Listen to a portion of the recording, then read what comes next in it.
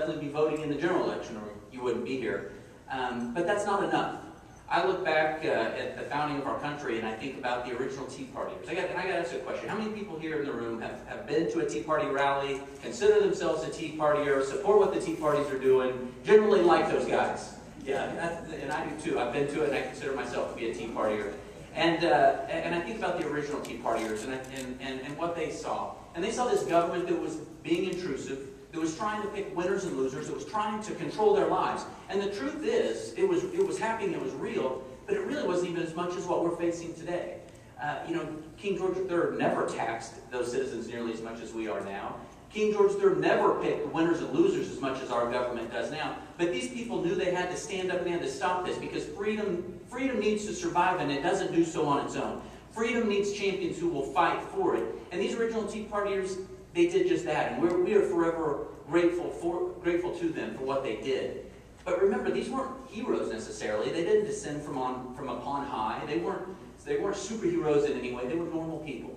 They were farmers, they were teachers, they were shop owners, and they realized something very important that we all need to realize as well.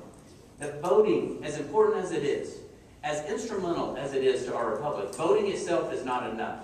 These people had to step out of their comfort zone and do something that they really didn't want to do. Who wants to be involved in politics? I've avoided it now for 39 years. Well, I should say, I've avoided for 38 years successfully until this last year. Who wants to be a part of that until you know you have to? Because our country demands it of us. Our own freedom demands it of us. Our children deserve it. And so I knew I had to get involved. I didn't know exactly how. I started a humble little blog website that started getting some attention. I got out there on Twitter. I got out there on Facebook. I didn't do those initially, by the way. The conservative barbarian Michelle Malkin pulled me aside one day and said, "Milton, you need to be on Twitter." And I tried to avoid it until then. I thought, okay, Michelle Malkin tells you to do something. Listen, my friend, you do it. So I started writing some op-eds. These are getting picked up and seen around the country. And I started hearing from people I hadn't heard from in a long time. I started hearing from friends I hadn't seen in years, from family members. Family members who were contacting me I hadn't seen for years. It was all great, mostly. And started doing some radio and television and kind of getting out there in that way. And all that was kind of new for me. But what a thrill to be able to stand up for what you believe in. And then one day I got a phone call from Sean Hannity that said, "I want you to come on the show." And that's when things kind of changed. Then I do that show, and now I go to the grocery store, I go to the gym, and people are always just kind of looking at me a little funny. Every day I get somebody just looking at me. It's kind of, do I know you? Look, most of them don't say anything, and I don't let them off the hook. I just go on. And every once in a while somebody comes up, "I know you. I know I've seen you on TV before, haven't I?" And my response to it is the same.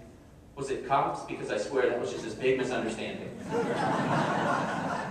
But I realized I had to come forward and discuss what I saw was happening with, at the time, this plan for Obamacare and what is now the law of the land until we change it. And I saw the disaster coming. And some of these things, like my area of expertise, I'm a radiologist, and specific, I do cancer imaging. I do probably more cancer imaging than any radiologist in the state, probably in the country. And I look at some of the government-controlled systems, and I compare it to our system. Our new head of Medicare, Donald Berwick, he said, in his words, he's romantic about the United Kingdom, so the British system of medicine. He's romantic about it. He loves it. And I look at that system, and I see a place where colon cancer has a higher mortality rate by 40%, breast cancer by 88%, prostate cancer by a staggering 604%, and I'm not romantic about that. If we accepted their results, we'd have an extra 125,000 cancer deaths in America a year. That's just cancer alone. We're better at heart disease. We're better at stroke management. We're better at all of the major killers. And we want to tear down. We're allowing our government to come and take the finest healthcare delivery system in the world and tear it down just to rebuild it in the image of the post office. And I realized we can't do that. Someone has to step forward, and a lot of good people have. And of course it passed, and then after the fact, they started giving us some of the information that they didn't want to share with us initially. But they're really admitting to a lot of these things. The CBO, after Obamacare had passed, has said, in fact, Obamacare will cause, that alone, not just in spite of it, but Obamacare will cause an increase in premiums by 10 to 13%. That equates to $2,100 per family. Increased premium rates because of Obamacare. The Medicare actuary finally was forced to admit that the excise taxes that they're putting on pharmaceutical companies and they're putting on medical supply companies, that these will be pushed through and that patients will have to pay those extra charges themselves. It will ultimately go to the patient. Or those services just won't be made available. Let me tell you about a company called Zoll Medical. You've probably never heard the name. It's not a big company. I've seen their equipment around in hospitals and clinics. They make life-saving equipment, emergency equipment. You know the defibrillator devices. You've seen them on TV. Shop a patient. And now, because of the innovations in America, we have the automated electronic defibrillator devices. These are the ones that anybody can do. You slap those things on, it analyzes, it tells you if it should shock the patient, and it shocks the patient and brings them back to life. These things save lives. And you see these everywhere now. They're in jetliners, they're in police cruisers, they're in high school gymnasiums. I wouldn't be surprised if there's one in this building. Because if you can get this to a patient within the first minute or 2 minutes of them suffering their heart stopping, you can save their lives. Now these machines are a few $1,000s. Zoll Medical looked at Obamacare, and their company made a profit last year of made a profit of $9.5 million. So it's a good company. It's not a huge company by any means.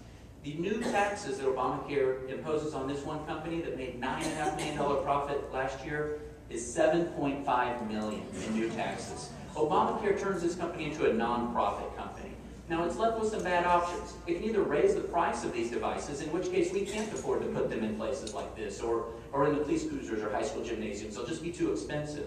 Or they could send their manufacturing overseas, and with it, of course, the jobs. Or they could quit doing research and development. But these products wouldn't exist if it weren't for research and development. That's the lifeblood of these companies. That's one company. Multiply that across the multitude of pharmaceutical companies and medical supply companies across the country, you can see how devastating this will be. And you know who will pay that bill. And it certainly isn't going to be our president. It's going to be us. They go on Obamacare, if it only stopped there, but it doesn't. It goes to kill our supply of medicine. This is what I talked about so many times, everywhere I go, to anyone who would listen. Said, right now already 42% of our doctors will not accept Medicare. 42%. That number is increasing and will increase dramatically under this plan. Why would you go into business and accept as a customer that won't pay? A customer, the #1 denier of medical claims in the world is the United States government. And they constantly keep the rates lower. Right now the rates are what they were in the early 80s.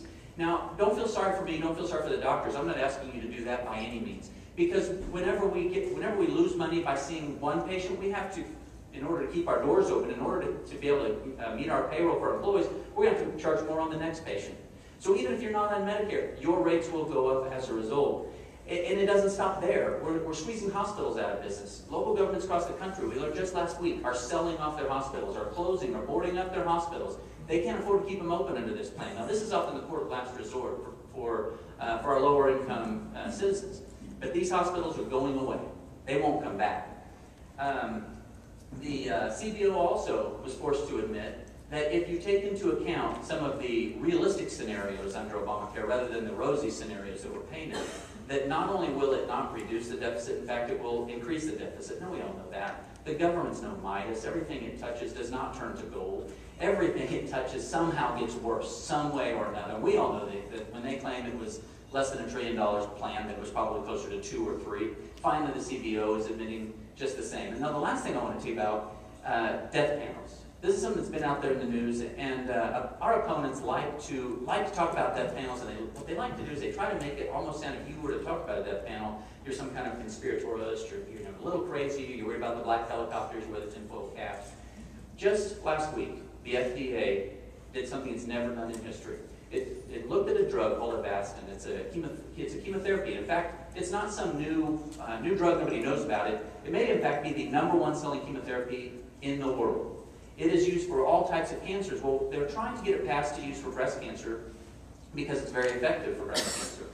And the FDA has never in its history ever done what it did last week. It looked at Avastin and said, we're not going to pass, we're not going to authorize you to use this for breast cancer, not because it's not efficacious, not because it's not effective, but because it's not cost effective. They've never done that in their